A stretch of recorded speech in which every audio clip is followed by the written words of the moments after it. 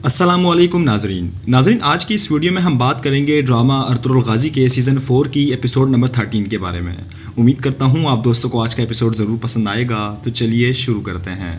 नाजरीन, जैसा कि आपने पिछले एपिसोड में देखा होगा कि अर्तुगरुल साहब दुंदार समेत तमाम सरदारों को सरदारी से खारिज कर देते हैं और दुंदार से कहते हैं कि तुम ओताक में आओ, मैं तुम्हारा इंतजार कर रहा हूँ। और आज के इस एपिसोड में तुर्गुत असलहान को सब कुछ बता देता है जो कुछ हानली बाजार में हुआ होता है। तो असलहान कहती है कि वो इतने पागल कैसे हो सकते हैं, वो सरदार आला के खिलाफ कैसे तलवार निकाल सकते हैं। तो तुर्गुत कहता है कि अर्तुगरुल साहब कल हानली बाजार के जिरगे में सांजार साहब का फैसला सुनाएंगे। तो असलहान कहती है कि तुर्गुत, बहादुर साहब किसी भी फैसले को नहीं मानते, वो अपने बेटे की खातिर कुछ भी करेंगे। आपने देखा कि उन्होंने झट से कोपेक की हिमायत हासिल कर ली। उन्होंने मेरे सरदारों को अपने साथ मिलाकर उन्हें जिरगा बुलाने के लिए कायल कर लिया है। तुर्गुत, मुझे पता नहीं कि मैं कैसे उनको रोकूंगी। तो तुर्गुत कहता है कि अर्तुगरुल साहब ने कहा है कि आप जिरगा मुलतवी कर दें। अपने सरदारों को बताइए कि यह अर्तुगरुल साहब का हुक्म है कि जब तक बहादुर साहब का बाकी कबीला यहाँ नहीं आ जाता तो कोई जिरगा मुनक्किद नहीं होगा। तो ये सुनकर असलहान की जान में जान आ जाती है और फिर तुर्गुत असलहान को जिरगे में आने की भी दावत देता है। इसके बाद ये दोनों प्यार भरी बातों में मगन हो जाते हैं। और इधर काई कबीले में अर्तुगरुल साहब अपने खेमे में बैठे अपने दोनों बेटों से प्यार करने में लगे होते हैं।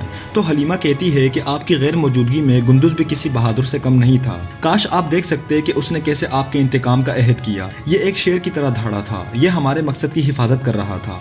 तो अर्तुगरुल साहब ये सुनकर कहते हैं कि मेरे बेटे गुंदुज, बेटा तुम मेरा भरोसा, तुम मेरा गुरूर और खुशी हो।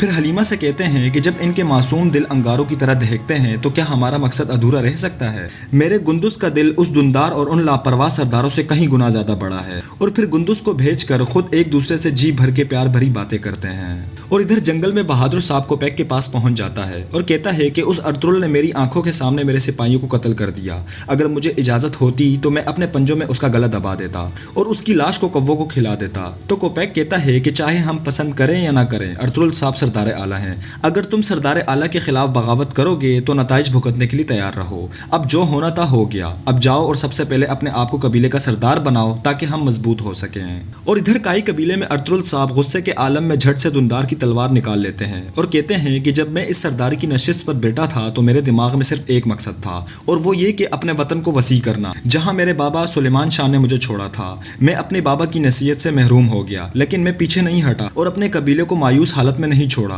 और मेरे बहादुर मोअज़्ज़ज़ भाई ने क्या किया, उसने बहुत से लोगों की यादों को मिट्टी में दफनाकर भागने का फैसला कर लिया, सिर्फ इसलिए कि उसका सरदार मर गया था। तो दुंदार कहता है कि आप जो भी सज़ा मेरे लिए तजवीज़ कर दें मैं उसे कबूल करता हूँ। मैं आपकी तरह ताकतवर और शेर दिल ना बन सका।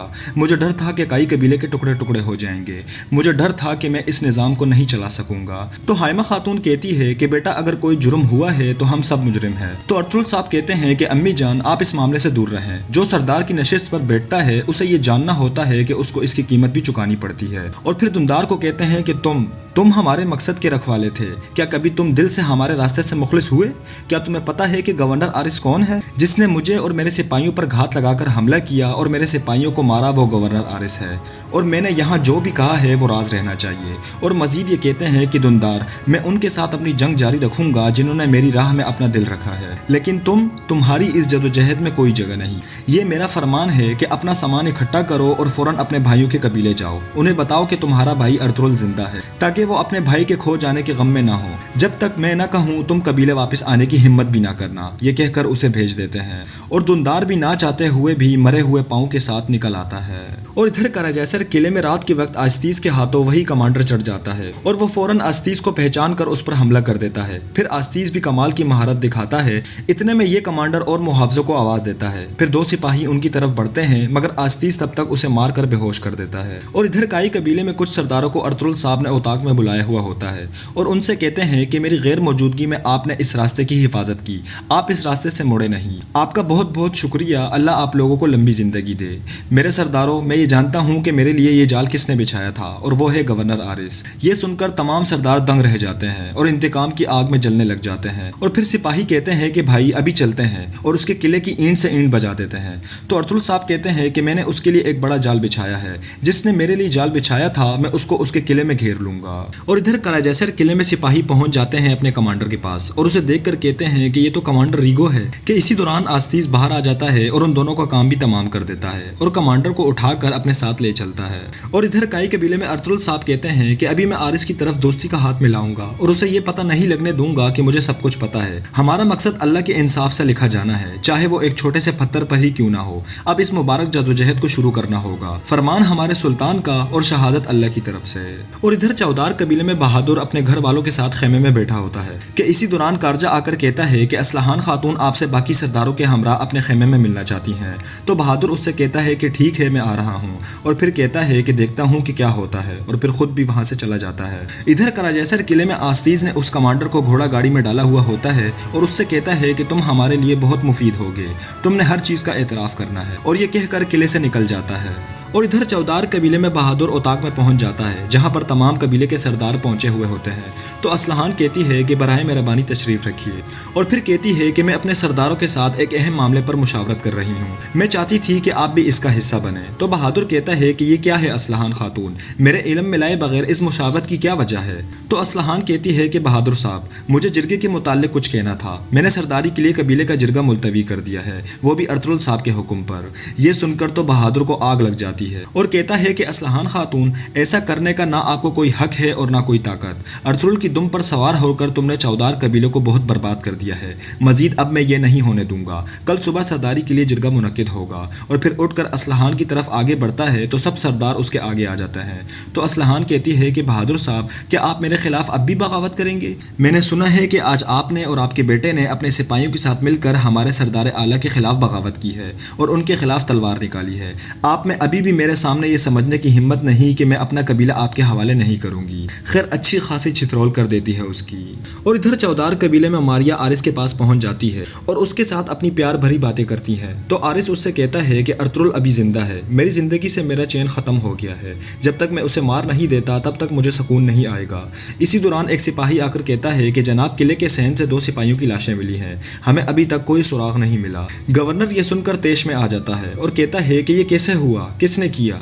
और फिर कहता है कि पूरा किला छान मारो, जिसने भी ये किया है उसे तलाश करो, जब तक उसे ढूंढ नहीं लेते कोई भी नहीं सोएगा। ये सुनकर वो सिपाही वहां से चला जाता है। तो आरिस कहता है कि अर्तुगरुल, अगर वो जानता हुआ कि उसको जाल में फंसाने वाला मैं था, अगर वो मेरे साथ खेल खेल रहा हुआ। और फिर अर्तुगरुल की तलवार को उठाकर फेंक देता है